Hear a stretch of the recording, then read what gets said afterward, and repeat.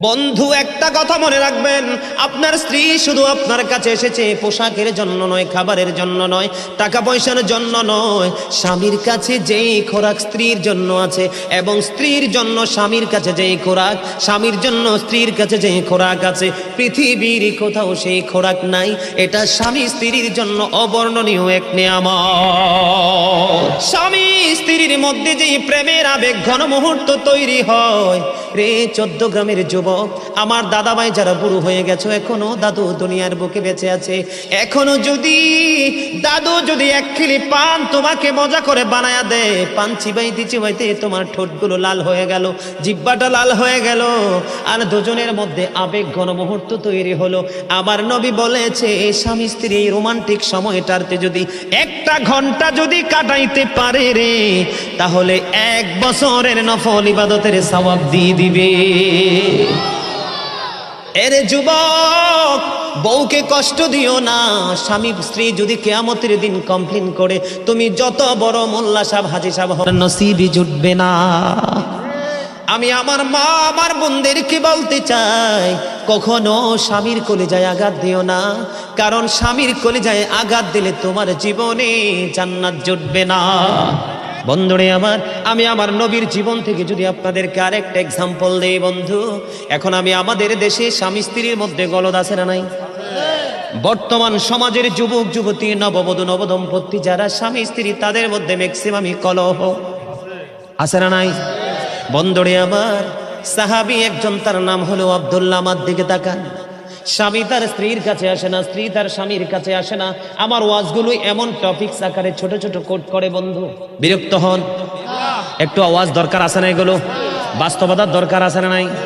বন্ধুরে আবার, আমি আপনাদেরকে রাসূলের আদর্শ নিয়ে আজকে আলোচনা করব। চিন্তা করে এসেছে রাসূল কিভাবে আমাদেরকে দিন সম্পর্কে অ্যাক্টিভ করেছেন। বন্ধু, বিয়ে হলো সাহাবী একজনের, 3 দিন হয়ে গেল, 3 দিন 3 রাত্র পার হয়ে গেল, সে তার স্ত্রীর সাথে বন্ধু দেখা করতে এখনো আসে না।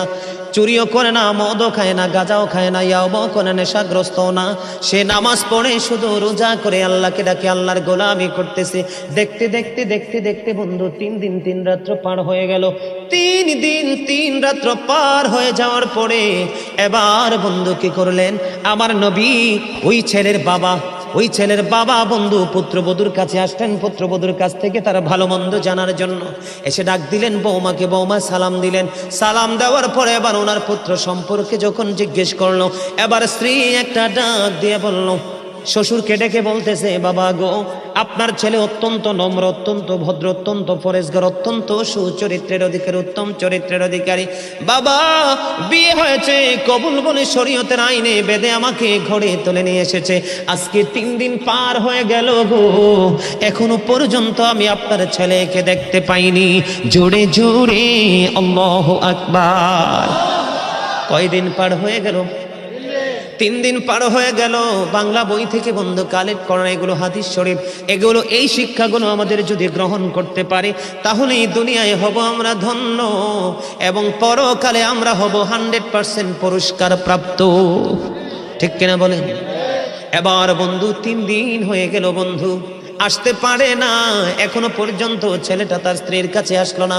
এবার বাবা পৃথিবীর কাউকে বন্ধু বললেন না, দৌড়ে চলে গেলেন প্রাণের নবীর কাছে, যাইয়া নবীকে সালাম দিলেন, ইয়া রাসূলুল্লাহ, ইয়া হাবিবাল্লাহ, নবী গো, ও প্রাণের নবী, আমার ছেলেটাকে 3 দিন হলো আমার সন্তানকে বিয়ে করিয়েছি, আজকে 3 দিন 3 রাত্র পার হয়ে গেল, এখনো সে তার বউয়ের সাথে দেখা করলো না।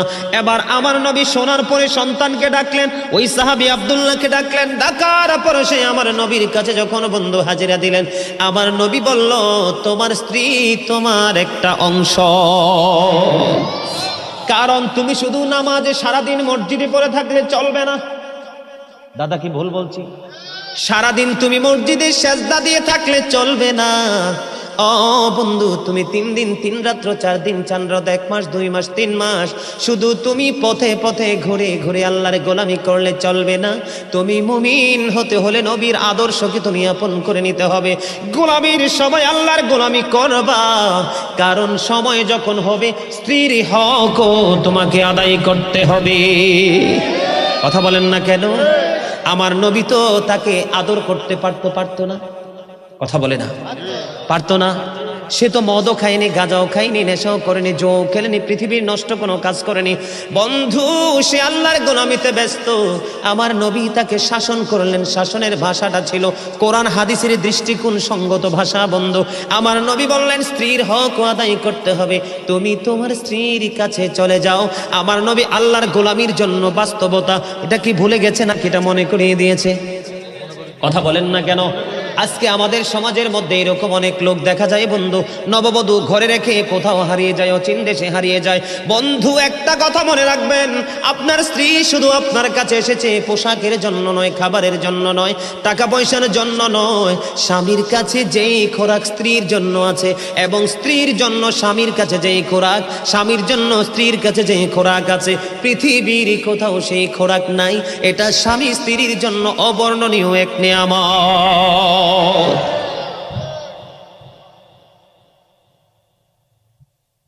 মনু হাসতা চকির ফিন্নি কি হয়েছে? কি জানি মনে হয়েছে রোমান্টিক আলোচনা। তো কি আলোচনা? আরে ভেরি ফ্যান্টাস্টিক, ঠিক কেন বলে? আরো জোরে না রে ভাই। চামড়া বুড়ো হইলে কি হয়েছে? প্রেম তো আর বুড়া হয় না। প্রেম কি চামড়ায় থাকে না কালবে থাকে? কালবে থাকে। বুঝতে হবে তো। আমার নবী রোমান্টিক সময়টাকে কি বাদ দিয়েছে নাকি শক্ত করে ধরেছে? কথা বলে না কেন? স্বামী স্ত্রীর মধ্যে যে প্রেমের আবেগ ঘন মুহূর্ত তৈরি হয় রে 14 গ্রামের যুবক, আমার দাদা ভাই যারা বুড়ো হয়ে গেছে, এখনো দাদু দুনিয়ার বুকে বেঁচে আছে, এখনো যদি দাদু যদি এক খিলি পান তোমাকে মজা করে বানায়া দেয়, পান চিবাইতে চিবাইতে তোমার ঠোঁটগুলো লাল হয়ে গেল, জিহ্বাটা লাল হয়ে গেল, আর দুজনের মধ্যে আবেগ ঘন মুহূর্ত তৈরি হলো। আমার নবী বলেছে স্বামী স্ত্রী এই রোমান্টিক সময়টাতে যদি 1টা ঘন্টা যদি কাটাইতে পারে রে, তাহলে 1 বছরের নফল ইবাদতের সওয়াব দিয়ে দিবে। আমার নবী আমলের জন্য কি স্বামী স্ত্রীর প্রেম কি অস্বীকার করলো নাকি শক্ত করে বেঁধে দিল? এরে যুবক, বউকে কষ্ট দিও না। স্বামী স্ত্রী যদি কিয়ামতের দিন কমপ্লেইন করে, তুমি যত বড় মোল্লা সাহেব হাজী সাহেব হও, নসিবই জুটবে না। আমি আমার মা আমার বোনদেরকে বলতে চাই, কখনো স্বামীর কলিজায় আঘাত দিও না, কারণ স্বামীর কলিজায় আঘাত দিলে তোমার জীবনে জান্নাত জুটবে না। বন্ধুরে আমার, আমি ওই ভিতরের দিকে যাইতে চাই না, আমি শুধু আপনাদেরকে এক্সাম্পল দেব। আজকে নিতে রাজি আছেন না নাই? আমার এই আলোচনা আপনাদের কাছে ভালো লাগে? ইমানদারের কাছে ভালো লাগবে, কারণ এগুলোর মধ্যে বিন্দু পরিমাণ কোনো গলদ নাই। আমি সব সময় বলি বন্ধু, আইসো ভবে যাইতে হবে কবরে,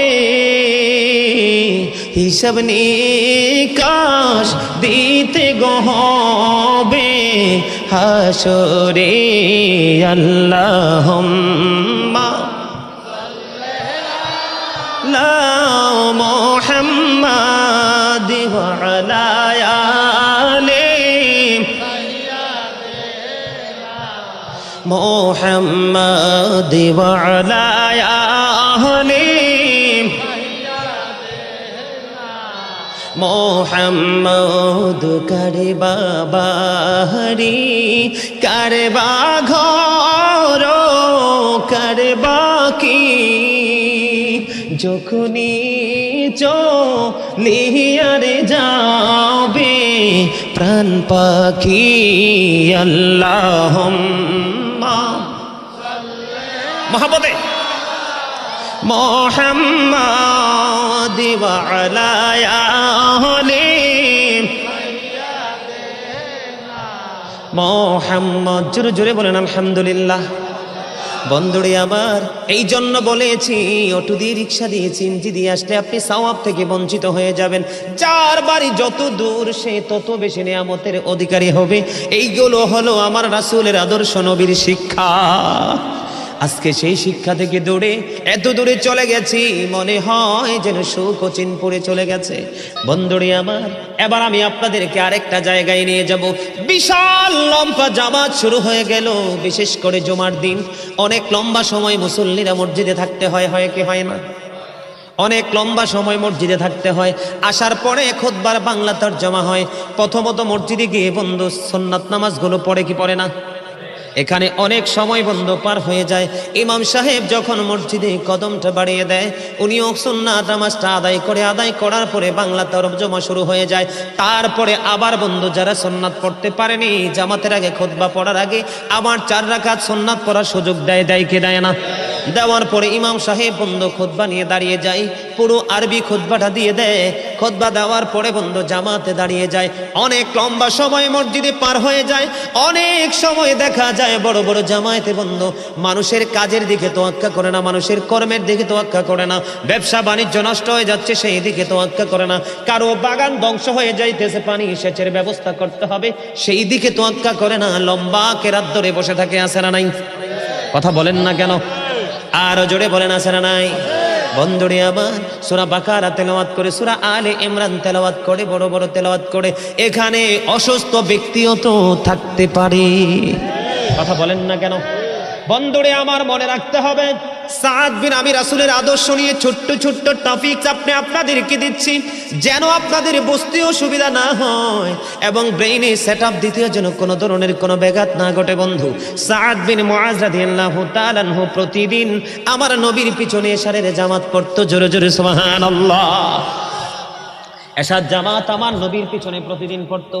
এখান থেকে জামাত শেষ করে তিনি ওনার গন্তব্যে চলে যেতেন, ওনার গোত্রে যেতেন। ওখানে যাইয়া উনি আবার ইমাম হয়ে বন্ধু নামাজ পড়াতেন। তার মানে নবীর কাছে আসলে তিনি মুসল্লি, ওনার গ্রামে ওনার গোত্রে গিয়ে তিনি আবার ইমাম হয়ে যায়। বন্ধু অনেক বড় বড় কেরাত দিয়ে সূরা দিয়ে নামাজ পড়ায়। একদিনে খেজুর বাগানের মালিক অনেক লম্বা কেরাত দিয়ে নামাজ পড়ার কারণে, অনেক লম্বা কেরাত দিয়ে নামাজ পড়ার কারণে, এই নামাজ পড়ার কারণে নেক্সট দিন বন্ধু ওই খেজুর বাগানের মালিক আর নামাজটা জামাতে পড়লো না। নামাজটা জামাতে না পড়ে তিনি ওনার খেজুর বাগানে পানি দেওয়ার জন্য চলে গেল। খেজুর বাগানে যখন পানি দেওয়ার জন্য বন্ধু চলে গেল, এবার ওই আমার নবীর কাছে বন্ধু খবরটা চলে গেল কি সাদ বিন মুআজ রাদিয়াল্লাহু তাআলা আনহু লম্বা কেরাত দিয়ে জামাত ধরেছে। জামাত ধরার কারণে আরেকজন মুসল্লির খেজুর বাগানের পানি দেওয়ার সময় মাইনাস হয়ে যায়। সে আজকে জামাতে নামাজ পড়লো না, সে একা একা নামাজ পড়ে খেজুর বাগানে পানি দেওয়ার জন্য চলে গেল। এবার আমার নবী সাদ বিন মুআজকে ডাকলেন এবং যিনি নামাজ ছেড়ে চলে গেল বন্ধু তাদেরকে জরুরি ডেকে পাঠালেন।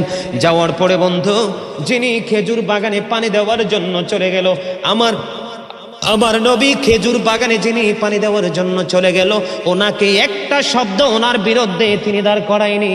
সাদ বিন মুআজ ছিল সেই মসজিদের ইমাম, সেই গোত্রের ইমাম। তাকে বলল তুমি কি বিশৃঙ্খলা সৃষ্টি করতে চাও? বন্ধুরে আমার জোরে বলেন আল্লাহু আকবার। নবী ইমাম সাহেবকে শাসন করলেন। কাকে? ইমাম সাহেবকে শাসন করলেন, তুমি কি ফিতনা সৃষ্টি করতে চাও, বিপর্যয় নামিয়ে আনতে চাও? কেন গো নবী, কেন গো? আমার নবী বলেছেন ইমানদারের কাজটা পর্যন্ত ইবাদত। কথা বলেন না কেন? ইমানদারের কাজ কি? কথা বলে না কেন? কারণ বন্ধু খেজুর বাগানে যখন পানি দিবে, খেজুর গাছগুলো কি থাকবে? একবারে সতেজ থাকবে। ফল যখন আসবে নিজেদের অভাব মেটাতে পারবে।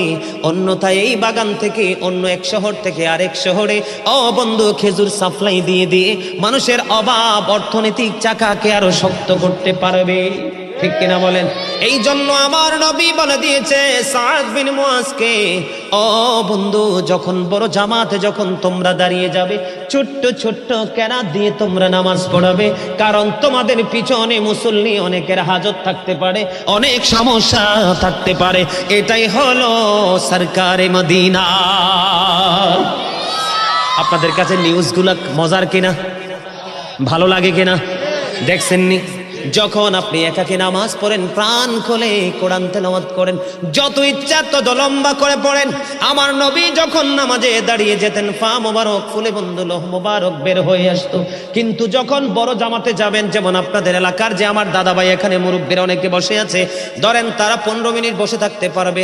এখন তারা এমন সময় গেল, ইমাম সাহেব 30 মিনিট মাইনাস করলো, এই মুহূর্তে জামাতেরও টাইম হয়ে গেছে।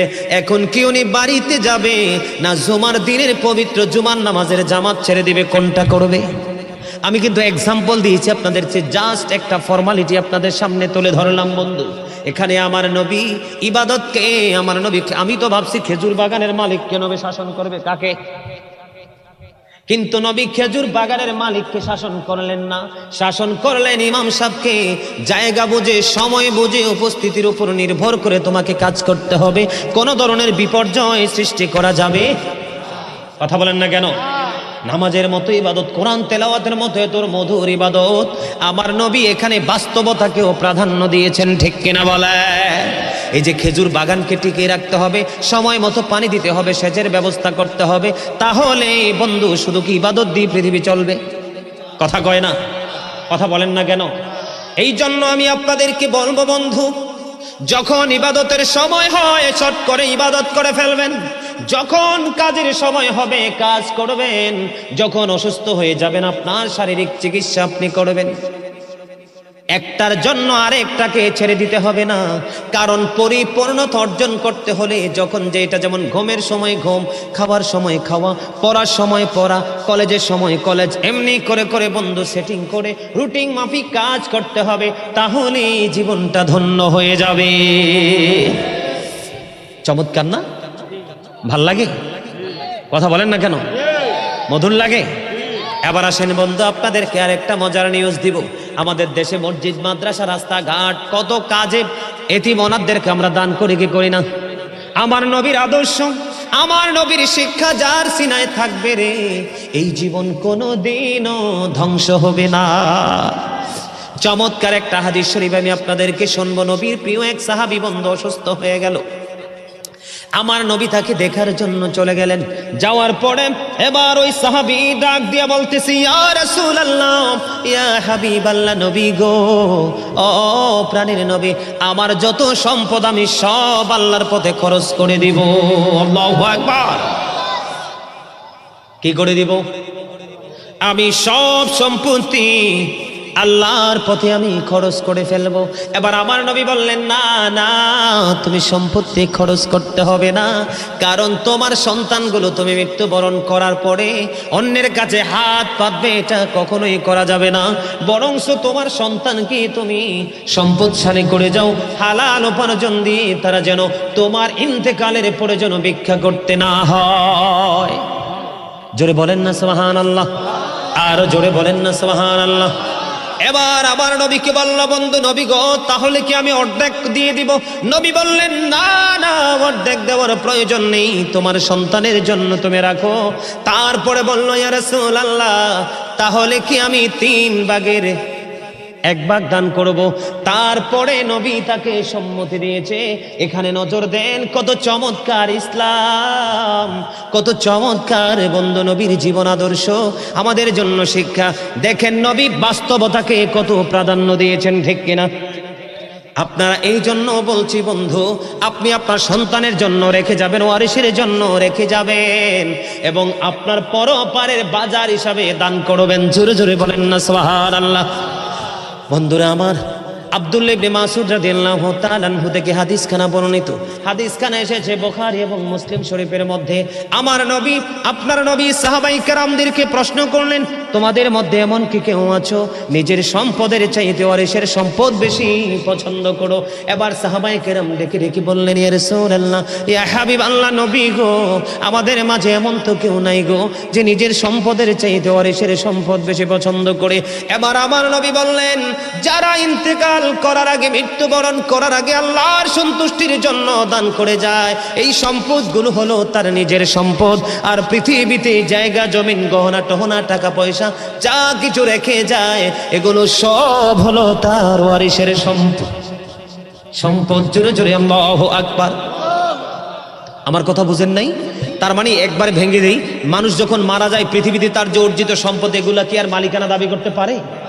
এগুলোতে আইসা মালিকানা দাবি করতে পারে? নিতে পারে? পারে না। এগুলো তার ওয়ারিশ খাবে, তার আপন স্বজন খাবে, নষ্ট হলে পথভ্রষ্ট পাতে খরচ করবে, ঠিক কিনা বলেন? ইমানদার হলে ভালো কাজে খরচ করবে। এই দিকে দেখেন নবী বলেছেন, তুমি দানও করে যাও এবং তোমার সন্তানের জন্য রেখেও। নবী কি বাস্তবতাকে অস্বীকার করেছে? সন্তান বাঁচতে হবে, খাইতে হবে, চলতে হবে, তাদের জীবনে অর্থের প্রয়োজন আছে, পৃথিবীর ফর্মালিটি মেনটেন করতে হবে, এটাকে কি নবী অস্বীকার করেছে? নবীতে পারতো সবগুলো দানের অর্ডার দিতে পারতো, কিন্তু আমার নবী বলেছেন 3/1 কথা যখন বলল তখন নবী একটু সমর্থন দিয়েছেন। এটা কিন্তু আমাদের জন্য বড় ধরনের একটা শিক্ষা। বন্ধুরে আমার, 3 জন রাসূলের জামানায় সিদ্ধান্ত নিল যে নবীর আমলের তুলনায় আমাদের আমল একবারে তুচ্ছ, নবীর আমলের তুলনায় আমাদের আমল বড় নগণ্য। হাদিস শরীফের মধ্যে সে যে 3 জন ব্যক্তিবন্ধু সিদ্ধান্ত নিল। কয়জন?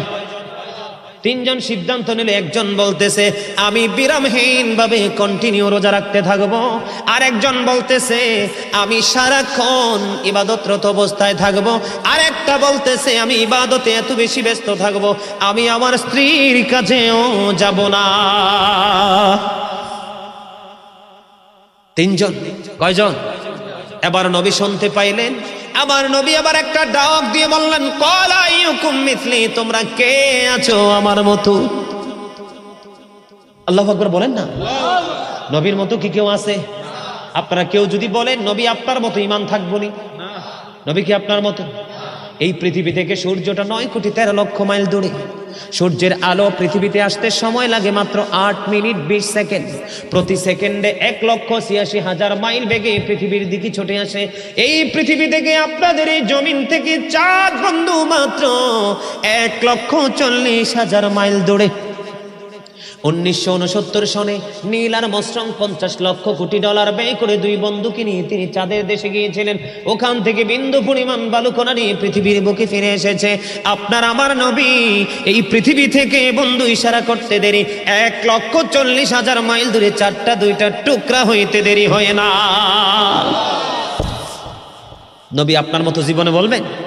কেউ বললে তাকে সমর্থন দিবে? নবী চ্যালেঞ্জ ছড়ে দিয়েছেন আজ থেকে 1,500 বছর আগে, ক্বালা আইয়ুকুম মিথলি, তোমরা কে আছো আমার মতো? কেউ আছে? আরে জোরে বলেন আছে? আপনি যদি থুতু নিক্ষেপ করেন কারো গায়ে পরে আপনাকে মাইরা তক্তা করে ফেলবে, কিন্তু আমার নবী যখন থুতু মোবারক নিক্ষেপ করতো সাহাবাই কেরাম হাত পেতে সবগুলো উঠিয়ে মুখে মেসেজ করে দিত, তখন তার স্কিনটা সিল্ক হয়ে যেত। উহুদের যুদ্ধে নবীর রক্ত মোবারক প্রবাহিত হলো, দান মোবারক শহীদ হলো। মালিক বিন সিনান দেখে সহ্য করতে পারলো না, বন্ধু দৌড়ে চলে গেল প্রাণের নবীর কাছে। নবী গো, সইতে পারছি না। আমার নবী রক্ত মোবারক চষতে শুরু করলো। মালিক বিন সিনান নবী বলল ফালায়া দাও ইয়া রাসূলুল্লাহ, আল্লাহর ইজ্জতের কসম করে বলছি গো নবী, আমি আপনার একটা ফোঁটা রক্ত উহুদের জমিনে পড়তে দিব না গো নবী। এই কথা বলে বন্ধু নবী রক্ত মোবারক চষতে শুরু করলো। রক্ত মোবারক চুষতে চুষতে চুষতে চুষতে সব রক্তের ফোঁটা মোবারক চোষা যখন শেষ হয়ে গেল, আমার নবী হাদিস শরীফের মধ্যে এসেছে গোটা পৃথিবীর ইমানদারদেরকে ডেকে ডেকে বলল, রে আমার উম্মত, তোমরা দুনিয়ায় যদি কোনো জান্নাতি মানুষ দেখতে চাও তাহলে মালিক বিন সিনানকে দেখে না। আল্লাহু আকবার। নবীজি রক্ত মোবারক খেয়েছে। কোথাও লেখা আছে কোরআন হাদিসে যে নবী রক্ত মোবারক খেতে হবে? তার জন্য জাহান্নামের আগুন হারাম? বন্ধু, আমি আমার ওয়াজটা এখানে রেখে আরেকটু এক্সাম্পল দিব, নিবেন? নিতে রাজি আছেন? আকাশের মধ্যে বিশ্বের অ্যাস্ট্রোনমার যারা, তাদের গবেষণায় উঠে এসেছে আকাশের মধ্যে 200 crore গ্যালাক্সি আছে। আকাশের মধ্যে 200 কোটি ছায়াপথ আছে। প্রত্যেকটা ছায়াপথের মধ্যে 10,000 কোটি করে তারা আছে। সুবহানাল্লাহ বলেন না? আকাশের মধ্যে কয় শত কোটি ছায়াপথ? 200 কোটি ছায়াপথ আছে আকাশে। প্রত্যেকটা ছায়াপথের মধ্যে 10,000 কোটি করে তারা আছে। এর মধ্যে একটা তারার নাম হলো নিউট্রন স্টার। এই নিউট্রন স্টার তারাটার 1 চা চামচ পদার্থের ওজন হলো 1000 মিলিয়ন টন। তাহলে একটা তারার ওজন কত হতে পারে বের করার ক্ষমতা পৃথিবীর কারো নাই। আল্লাহ আসমানকে কোরআন দিতে চাইলেন যে আসমানে তো লোড সহ্য করতে পারে, আসমান বলল না। জমিনের বুক চিরে কত বিশাল বিশাল নদী, জমিনের বুকে দাঁড়িয়েছে কত বিশাল বড় বড় বহুতল ভবন, জমিনের বুকে দাঁড়িয়েছে কত বিশাল মোটা মোটা বৃক্ষবন্ধ। আল্লাহর অর্ডার যখন আসে কোন সঙ্গে সঙ্গে ফায়াকুন। দুর্ভিক্ষ যদি না আসে, ঘূর্ণিঝড় যদি না আসে, বন্ধু প্রাকৃতিক কোনো দুর্যোগ যদি না আসে, কখনো কোনো বিল্ডিং ধসে পড়ে না, গাছপালা কখনো ধ্বংস হয় না। হয় জমিনকে আল্লাহ বলল কোরআন নাও, জমিনটাও কোরআন নিতে রাজি হলো না। চাচা সমস্যা? সমস্যা? জমিনটাও সব রাজি হলো না, আসমানও রাজি হলো না, জমিনও রাজি হলো না, আকাশে কোনো খুঁটি আসেনি। কথা কন না কেন? তবে কত লোড সহ্য করতে পারে এটার কি গণনা করা যাবে? জমিনও নিল না, আসমানও নিল না। কোরআন আসলো কার কাছে? আপনার আমার প্রাণের নবীর কাছে। নবী মক্কায়, কোরআন মক্কায়, প্রত্যেকটা সূরার নাম হয়ে গেল মাক্কি। নবী মদিনায়, কোরআন মদিনায়, প্রত্যেকটা সূরার নাম হয়ে গেল মাদানী। তাহলে নবী কোনদিন আমাদের মতো হতে পারে? আমার আগে আমার ভাই মাওলানা মোহাম্মদ হেলাল উদ্দিন সাহেব আলোচনা করেছে, নবী যে সূরা বনী ইসরাইলে 15 পারায় প্রথম আয়াতে বনী ইসরাইলে আল্লাহ মেরাজের খবর দিয়েছে, সূরা নাজমে পর্যন্ত আল্লাহর মেরাজের, আল্লাহর হাবিবের সাথে দেখা করেছে, সেই বয়ান করেছে। বন্ধু, একটা আসমান থেকে আরেকটা আসমানের দূরত্ব 500 বছরের রাস্তা, শুধু আসমান পাড়ি দিতে লাগবে 3500 বছর। কত? 3500 বছর পরে বন্ধু সিদরাতুল মুনতাহায়, ওখানে গিয়ে বন্ধু বাহন চেজ বোরাক চেজ রাফরাফ, এমন করতে করতে আল্লাহর আরশ পর্যন্ত বিশাল লম্বা আলোচনা। বন্ধু নবী এশার নামাজ পড়ে উম্মে হানির গড়ে এখান থেকে ফেরেশতা এসে ডাকলেন, জমজমের কিনারায় নিলেন, ওপেন হার্ট সার্জারি হলো, তার মানে সিনা সাক হলো। কি হলো? আস্তে আস্তে করে করে করে করে বন্ধু শেষ পর্যন্ত গেল। এই রজনীতে আবার নবী ফিরে আসলো। কেমনে বুঝে মানুষ নবী আপনার আমার মতো? বন্ধুরে আমার, এখন 3 জন সিদ্ধান্ত নিলে একজন বিবাহিত স্ত্রীর কাছেই যাবে না। এমনি করে করে 3 জন যখন সিদ্ধান্ত দিল, আমার নবী বললেন, তোমরা কে আছো আমার মতো? 1000 জনম চেষ্টা করলেও আল্লাহর নবীর মতো করা কোনোভাবেই সম্ভব নয়। তোমাকে ইবাদত করতে হবে, পৃথিবীর কাজও করতে হবে। একটা মানুষের কাছে তার নিজের দায়িত্ব থাকে, তার পরিবারের দায়িত্ব থাকে, তার সমাজের দায়িত্ব থাকে, রাস্তায় চলতে গেলে রাস্তার হক থাকে। মানুষ যখন মারা যায় তার জানাজা দিতে হয়, এটাও মুসলমানের একটা হক।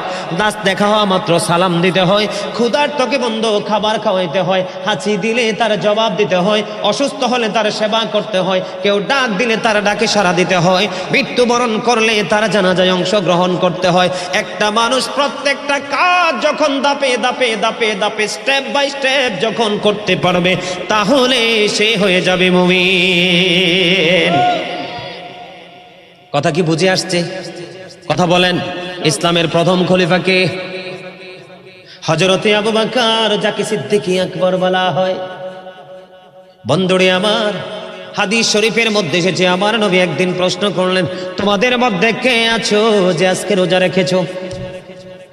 আমি কিন্তু আরেকটা জিনিস আপনাদেরকে আরেক দিকে নিয়ে যাচ্ছি। আমরা যে দূরে চলে গেছি আমল থেকে বন্ধু, শুধু ঈমান নিয়ে সফল হওয়া যাবে না, কারণ মিজানের পাল্লা আপনার জন্য আছে। ঠিক কিনা বলে? আমার নবী যখন প্রশ্ন করলো, আজকে কে আছো রোজা রেখেছো? আবু বকর ডাক দিয়ে হাত উঠালেন, ইয়া রাসূলুল্লাহ, আমি রোজা রেখেছি। জোরে জোরে বলেন না সুবহানাল্লাহ। এবার আমার নবী একটা ডাক দিয়ে বললেন, তোমাদের মধ্যে কে আছো রে আজকে জানাজা অনুসরণ করেছো? এবার আবু বকর হাত তুললেন, ইয়া রাসূলুল্লাহ, আমি গো জানাজা অনুসরণ করেছি। এবার আমার নবী বললেন, তোমাদের মধ্যে কে আছো অসুস্থের সেবা করেছো? এবার আবু বকর বন্ধু হাত উঠালেন, ইয়া রাসূলুল্লাহ, আমি আছি। আমার নবী বললেন, তোমাদের মাঝে কে আছো আজকে ক্ষুধার্তকে খাইয়েছো, মিসকিনকে খাইয়েছো? এবারও আবু বকর হাত তুললেন। এবার আমার নবী ডাক দিয়ে বললেন, এই 4টা গুণ যার মধ্যে পাইলাম সে জান্নাতি জান্নাতি। এখান থেকে আমি আপনাদেরকে বুঝাইতে চেয়েছি বন্ধু, শুধু জানলে হবে না, মানতে হবে।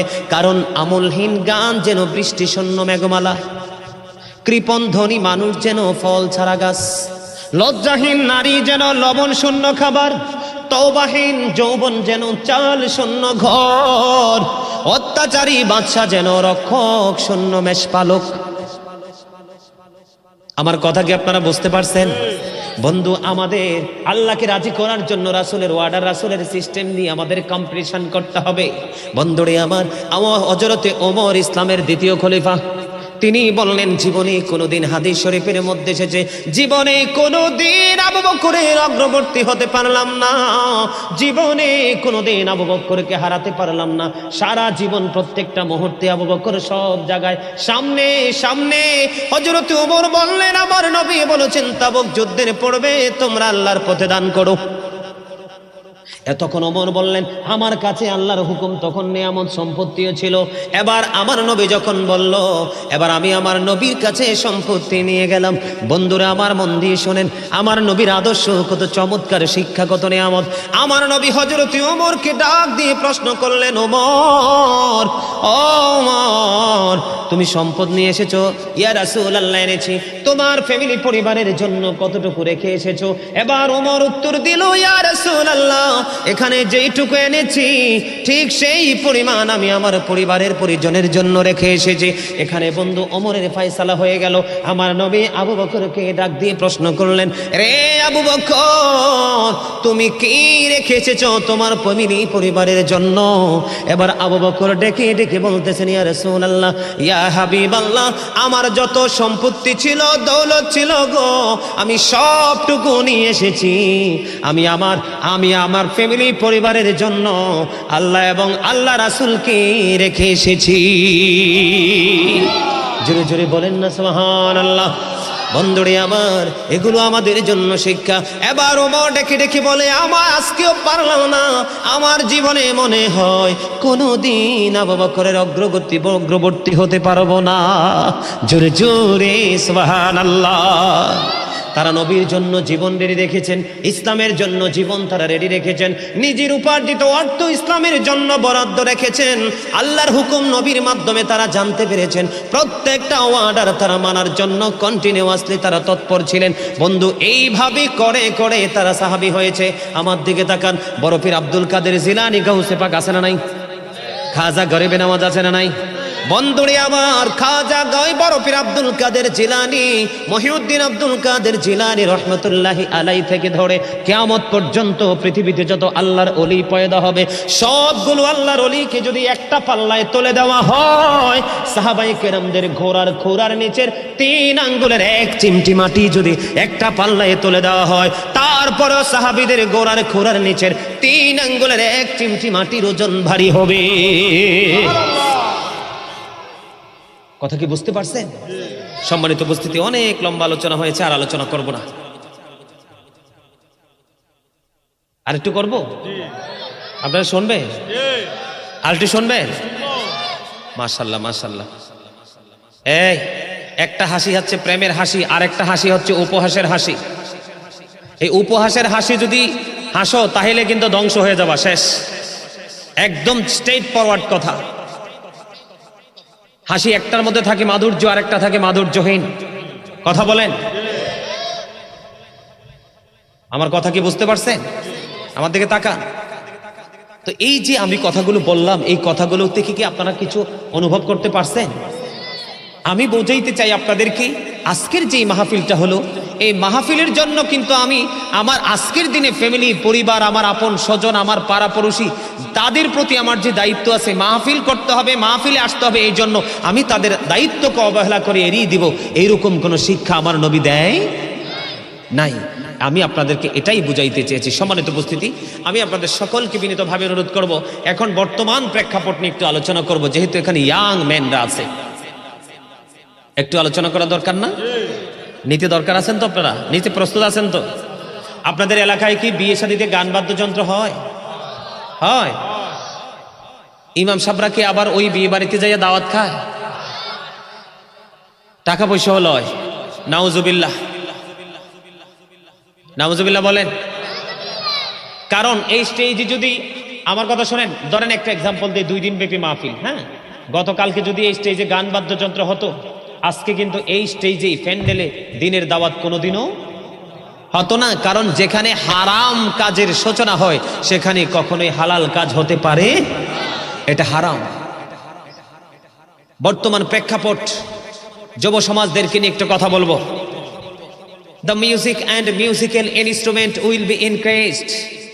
কিয়ামতের পরবক্ষণে গান বাদ্যযন্ত্র বেড়ে যাবে, এটা কিয়ামতের আলামতের মধ্যে অন্যতম একটা আলামত। আমার দিকে তাকান, বিয়ে কি ফরজ না? এখনকার ছেলে মেয়েগুলো কি দুষ্ট হয় না ভদ্র হয়? কেন জানেন? আমি তো টক তেঁতুলের বীজ যখন মাটিতে বপন করেছি, এটা কিন্তু কিছুদিন আগে এই বীজ থেকে গাছ উঠেছে না? পরিপূর্ণ হয়ে যখন তেঁতুল ধরবে, তেঁতুলটা কি মিষ্টি হবে নাকি টক হবে? আমি বীজটা যেমন এনেছি, ঠিক ফলটাও তেমন হবে।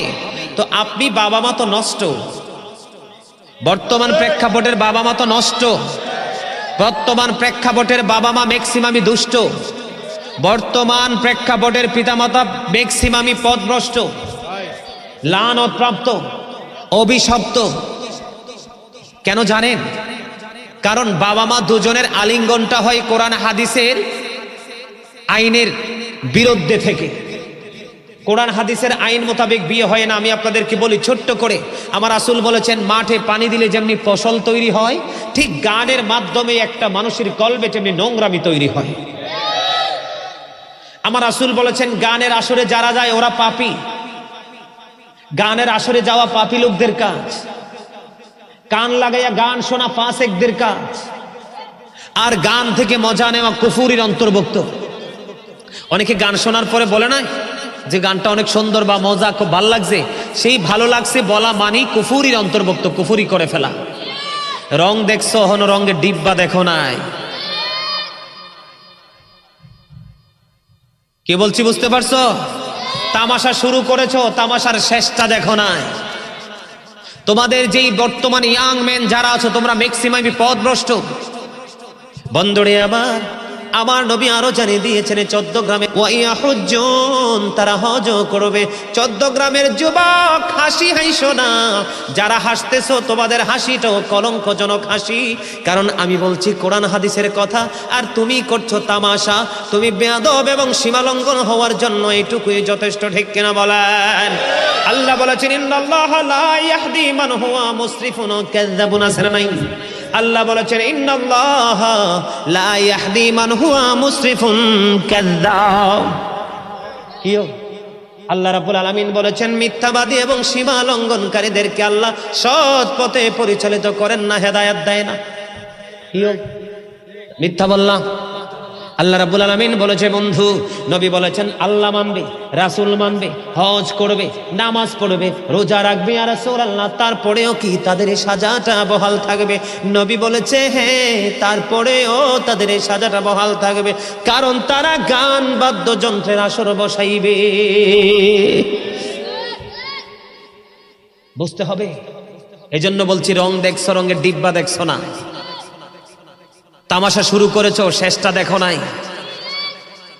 চাবুক দেখেছো, চাবুর বেত্রাঘাতের কত যন্ত্রণা, সেটা দেখো নাই।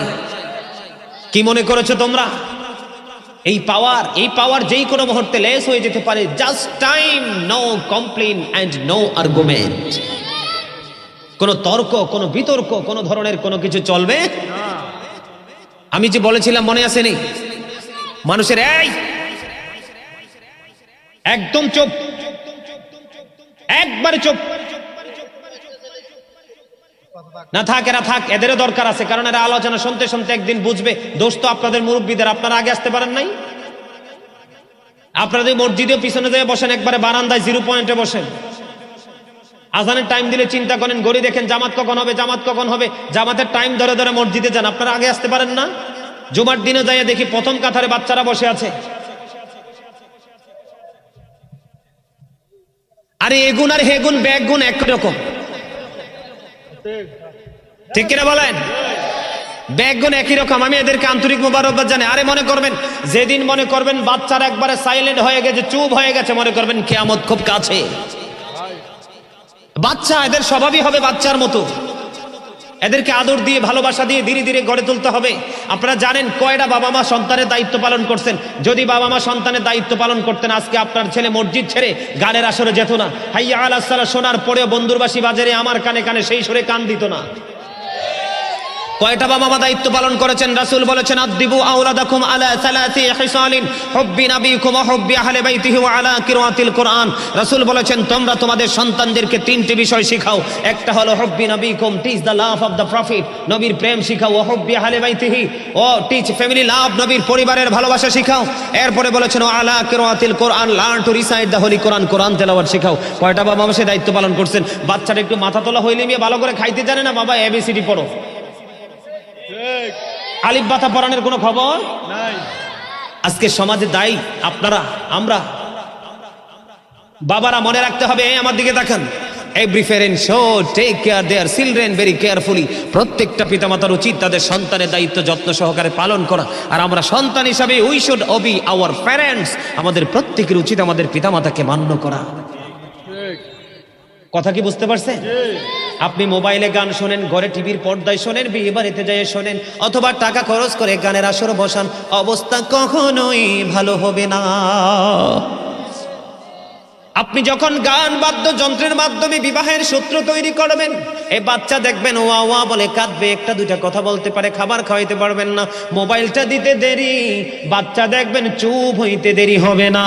এটাই বাবা মার জন্য সবচেয়ে বড় অভিশাপ। মনে করতে হবে। এই আমার দিকে তাকান বন্ধুরে আমার, আগামী দিনে দেখবেন বাংলাদেশ মেধাশূন্য হয়ে যাবে। কি হয়ে যাবে? মনে রাখবেন, গাজী সুলাইমান আল কাদরি একটা কথা বলবে, কারণ বন্ধু তাদের প্রতিভাকে বিকাশ করার জন্য কোনো এক্সাম্পল তারা দিতে চায় না, কোনো এক্সাম্পল নিতে চায় না, কোনো প্লেসকে তারা বেছে নিতে চায় না। জন্মের পরে মোবাইল নামক এক অভিশপ্ত বস্তু তার হাতে চলে আসে। এটার মধ্যে যত দুষ্ট, যত চরিত্রহীন, যত নোংরামি, সব কিছু দেখে দেখে বাচ্চার বিবেকটাকে শুরু থেকে মস্তিষ্কটাকে একবারে ধ্বংস করে দেয়। এখান থেকে বেরিয়ে আসতে হবে। জাতিকে উন্নতির ধারাবাহিকতা ধরে রাখতে হবে বন্ধু। এখান থেকে আমাদেরকে সচেতন হয়ে আসতে হবে। এবার আমি যদি যাই বন্ধু, আরেকটা টপিক দিব, নেবেন কিনা? ম্যাক্সিমাম যুবকের পরনে জিন্স প্যান্ট। আমাকে রিসিভ করার জন্য কয়েকটা মোটরসাইকেল গেল, নজর দিয়ে চাইয়া দেখলাম এখানে আমার লগে একটা আছে, এটাও গেছিল মনে হয়, গেছিল না আগে আনতা, একটা গেছে, এটার পরনেও জিন্স প্যান্ট আছে না নাই? ওই এনে একটা বৈশা রয়েছে টুপিওয়ালা, জিন্স প্যান্টওয়ালা আছে না নাই? ওই আমার লগে আইছে আমার একজন সঙ্গী, হ্যাঁ ও সরকারি চাকরি করে, কিন্তু দেখতে বেড়া সুট্টু, বেড়া কি সুইটটা, কিন্তু খোলে শুধু গিটটা। আমার লগে জিন্স প্যান্ট পরে এসেছে বন্ধু। আমার দিকে তাকান, ম্যাক্সিমাম যুবক জিন্স প্যান্ট পরেছো, কলঙ্কজনক পোশাক রে, তোমরা জানো না? সূরা আরাফের 26 নম্বর আয়াতে আমার দিকে তাকান, আল্লাহ রাব্বুল আলামিন বলেছে, ইয়া বানি আদম কদ আনজালনা আলাইকুম লিবাসান ইউওয়ারি সাওয়াতিকুম ওয়া রিশান ওয়া লিবাসুত তাকওয়া যালিকা খায়র। আল্লাহ বলেছেন, হে আদম সন্তান, আমি তোমাদের জন্য পোশাক দিয়েছি, পোশাক পরো, লজ্জাস্থান রাখো, যা তোমাদের সৌন্দর্য বৃদ্ধি করে দিবে। এখানে সবচেয়ে বড় মজার কথা হলো লিবাসুত তাকওয়া যালিকা খায়র। আল্লাহ যত পোশাক দিয়েছে এর মধ্যে সবচেয়ে উত্তম পোশাক হলো তাকওয়ার পোশাক। বন্ধু ওয়াজ হলো এগুলো, ওই যে নবীর আদর্শের কথা বলছি। আমরা ইমানদার পুরুষ যারা, তাদের পোশাক উপর দিয়ে থাকবে নাভি বরাবর অথবা উপরে, নিচের দিক দিয়ে থাকবে বন্ধু টাকনোর উপরে। লুঙ্গি বলেন, প্যান্ট বলেন, পায়জামা বলেন, ট্রাউজার বলেন, যেটাই পরেন উপর দিয়ে থাকতে হবে নাভি বরাবর, কারণ নাভির নিচের অংশটাই লজ্জাস্থান শুরু। কথা বলেন না কেন? এবার আসেন বন্ধু, এখন বলে হুজুর জিন্স প্যান্টের কাছে কেন গেলেন? কারণ এটা মুখস্থ একটা অভিশপ্ত পোশাক, কারণ এটা কোনো ইমানদার আবিষ্কার করেনি। আমাদের জন্য ব্রাশ আবিষ্কার করে মেসওয়াকের মতো একটা সুন্নাতকে মেরে ফেলেছে বেঈমানেরা কৌশলী। বাংলার আনাচে কানাচে ফুরকানিয়া মাদ্রাসা সকাল যখন হতো, বুড়ি বুড়ে বন্ধু কোরআন তেলাওয়াতের আওয়াজ শোনা যেত। এই কোরআনকে বন্ধু হত্যা করে ফেলেছে কিন্ডারগার্টেন আবিষ্কার করে, এটা বিদুর্মীদের কৌশল। আজকের পোশাক মুসলমানের লজ্জাকে ধ্বংস করে দিয়েছে। উপর দিয়ে থাকে নাভির নিচে, নিচে দিয়েও থাকে টাকনুর নিচে। এখন যদি বলি তুমি এটা উপরের দিকে ওঠাও, সে ওঠাতে পারবে না, কারণ তার জন্মই হয়েছে ছোট্ট হয়ে। কথা কয় না? জন্ম কি হাজার টানলে উপরে উঠবে না, কারণ বেঈমানদের এটাই হলো কৌশল। এবার আসেন বন্ধু, আমি একটু হাদিস শরীফের দিকে যাই। নবী বলেছেন, আল্লাহ রাব্বুল আলামিন যারা অহংকার করে করে টাকনো নিচে ঝুলিয়ে ঝুলিয়ে পোশাক পরে, তাদেরকে কিয়ামতের দিন ক্ষমা করবে না। আল্লাহ রাব্বুল আলামিন বলেছে যারা ব্যবসা করতে গিয়ে ওজনে কম দেয় তাদেরকেও ক্ষমা করবে না। মানুষ বিপদে পড়লে উপকার করে, সুযোগ পাইলে তাকে খোটা দেয়, এইরকম মুসল্লি আছে, তাদেরও কোনো ক্ষমা নাই। আমার ওয়াজ হলো বন্ধু পোশাকের দিকে, কোন দিকে? এখন আপনারা বলবেন যে হুজুর নিচে দিয়ে বটে ফেলবো, আমি মেনে নিলাম নিচে দিয়ে বটবেন, আমি অ্যাকচুয়ালিটি মেনে নিলাম বন্ধু, কিন্তু উপর দিয়া কেমন করে বৈধ করবেন? আল্লাহ কন্ডিশন দিয়েছেন দুইটা, উপর দিয়ে এবং নিচে দিয়ে। নিচেরটা থাকবে টাকটার উপরে, উপর দিয়ে থাকবে নাভির উপরে। নিচে দিয়ে বটে উপরে উঠাতে পারবেন, কিন্তু উপরটাকে উপরে উঠাতে পারবেন না। দেখছেন নাকি কৌশলে পোশাক বানিয়ে দিয়েছে? আমার দিকে তাকান। এবার এই জিন্স প্যান্ট পরে মুসল্লি মসজিদে যায় কি যায় না? আজকের পর থেকে যুবকদেরকে বলবো, কত সুন্দর পাঞ্জাবি ঘরে তাও দিয়ে রাখি, হিন্দুর আর পূজার দিন পাঞ্জাবি রামায়ান আছে, কথা কন না কেন? বন্ধুর বাড়িতে বিয়েতে যাবে, রং তামাশা করবে, ওখানে পাঞ্জাবি পরে যায়, লাল নীল হলুদ। আর একটা কথা বলে দেই, যুবকের দল একবারে টকটকে লাল কোনো জামা পরবা না, কোনোদিন এক কালার একবারে লাল। নবী বলেছেন যুবকরা স্বর্ণ পড়তে পারবা না, মুসলমানরা লাল জামা পড়তে পারবে না, নারীদের জন্য জায়েজ। বন্ধুরে আমার নবী মসজিদে অবস্থান করতেছেন, এক জনৈক ব্যক্তি এসে নামাজের নিয়ত করে ফেললো।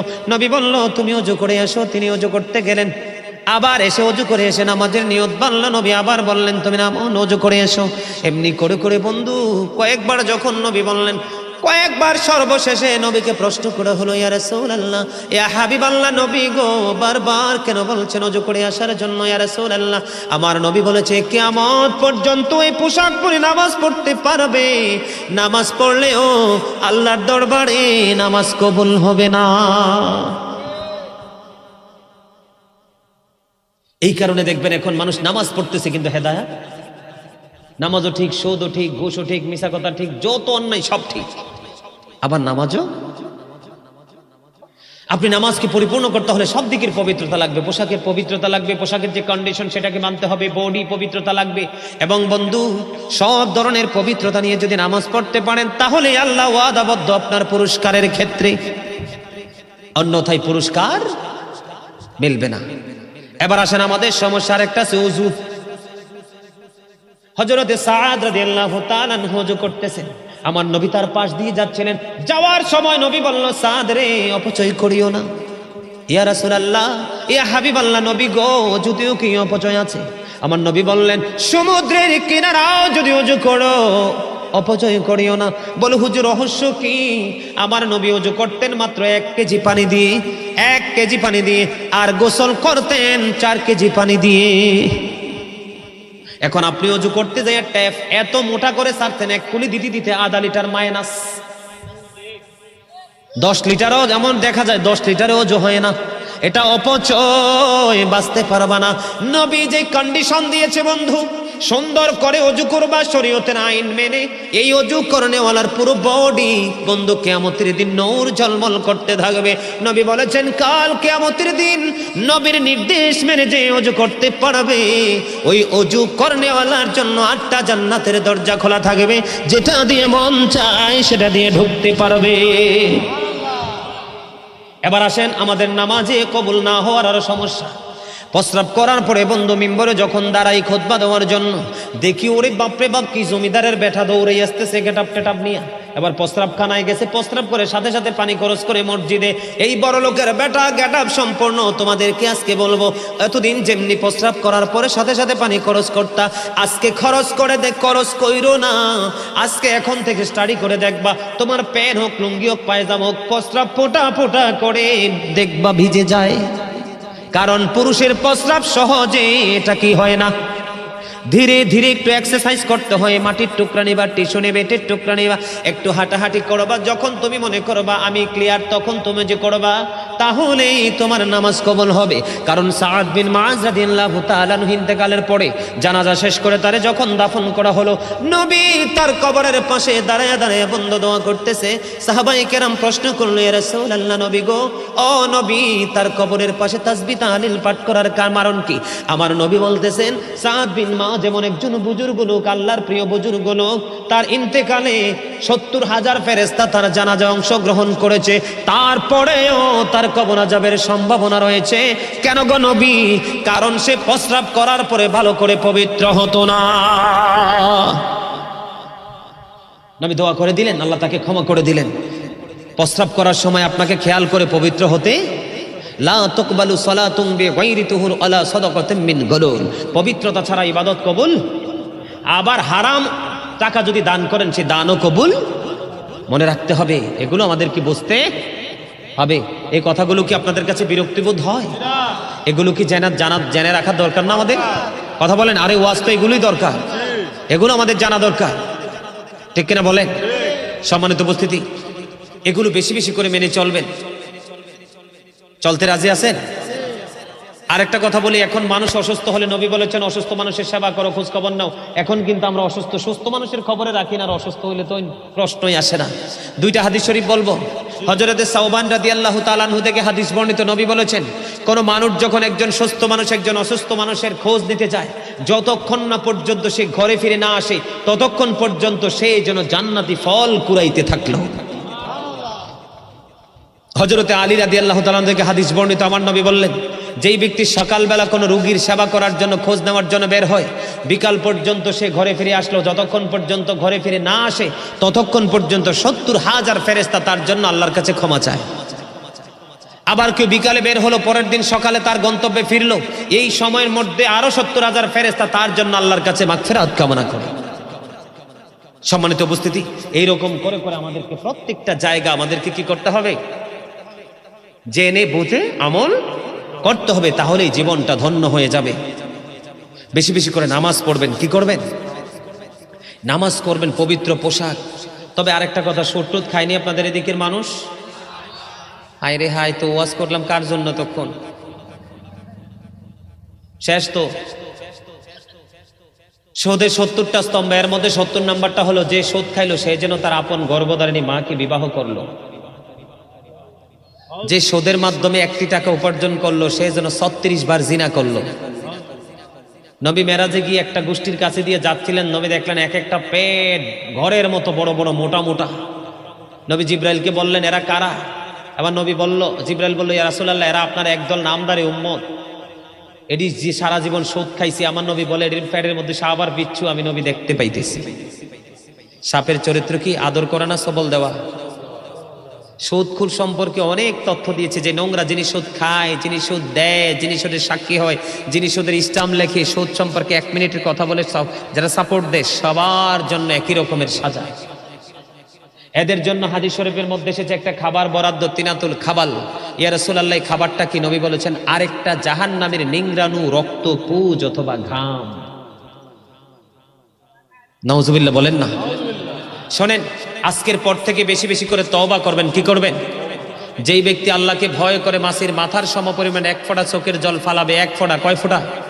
মাছির মাথার সমপরিমাণ, তার জন্য জাহান্নামের আগুন হারাম হয়ে যাবে। এখন শীতকাল না, শীতের দিনের সম্পর্কে একটা হাদিস শরীফ কইতাম নেই। সম্মানিত উপস্থিতি, আমার নবী শীতের দিনে বের হলো। বের হওয়ার পরে হঠাৎ করে নজর দিয়ে দেখলেন গাছের পাতা বিরামহীন ভাবে ঝরে ঝরে পড়ছে। তো পড়তে দেখে আমার নবী গাছের ডাল ধরলেন। ধরতে দেরি, যেটা এমনি ঝরে লাগলে তো আরো বেশি ঝরে। কথা বলে না কেন? আরো জোরে। তখন হাদিসের রাবিকে ডাক দিলেন, উনি উত্তর দিলেন লাব্বাইকা ইয়া রাসূলুল্লাহ, আমি হাজর। রাবি ছিলেন হযরত আবু যর রাদিয়াল্লাহু তাআলা আনহু, তিনি বললেন ইয়া রাসূলুল্লাহ, আমি হাজির। তখন নবী বললেন তুমি চাইয়া দেখো, শীতের দিনের কারণে গাছের পাতা যেমনি শুষ্ক হয়ে ঝরে ঝরে পড়ে, আল্লাহর বান্দা যখন আল্লাহকে পাওয়ার আশায় মন প্রাণ খুলে যখন নামাজের মাধ্যমে আল্লাহর কুদরতি কদমে সিজদা দেবে, তখন এই গাছের পাতার মতো তার সবগুলো গুনাহ ঝরে পড়ে যাবে। সেইভাবে নামাজ। আজকে কিন্তু আমি এক দিক নিয়ে আলোচনা করিনি, বিভিন্ন দিক নিয়ে আলোচনা করেছি। সম্মানিত উপস্থিতি, বিভিন্ন দিক থেকে তথ্য দিয়েছি, আরো সময় পেলে আরো দিতে পারবো, কিন্তু প্রতিদিন তো মাহফিল, অনেক লম্বা সময় আলোচনা করে ফেলছি। একটু দোয়াটাও করতে হবে না? তাবারও কাছে নেই? ও আচ্ছা, ঠিক আছে, একটা কাজের কাজ করছেন। তাবার উঠতে এত কষ্ট করে রাইন্দা বেড়া দেয়, পরের দিন কয় লবণ হয়েছে না। তো কি দরকার আছে তাবারুক ছাড়া? কথা বলেন, কথা বলেন। আপনারা কি রাসূলকে দাঁড়াইয়া সালাম দেন? দেন দেন।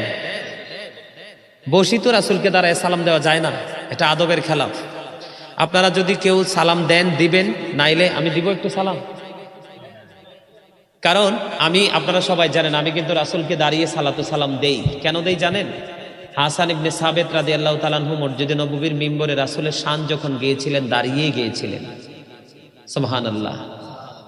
আল্লাহ কোরআনে বলেছেন অত আজিরহু অত আকিরহু, আল্লাহ বলেছেন help him and respect him, তোমরা আমার হাবিবকে সাহায্য করো এবং সম্মান করো। আপনারা কেউ না দিলে আমি কিছু বলবো না, এটা মহাব্বত। এটা মহাব্বতের থেকে আপনি যা করেন এটার মধ্যে কোনো ধরনের কোনো দলিল, ভালোবাসতে দলিল লাগে? আপনারা যদি কেউ না দেন বসে থাকবেন, আমি ছোট্ট করে রাসূলকে একটু দাঁড়িয়ে সালাম দিব, তারপরে দোয়া করে আমরা সবাই বিদায় নিব। রাজি আছেন? আমার আল্লাহ আল্লাহ আল্লাহ লা ইলাহা ইল্লাহ, আল্লাহ আল্লাহ আল্লাহ লা ইলাহা ইল্লাহ।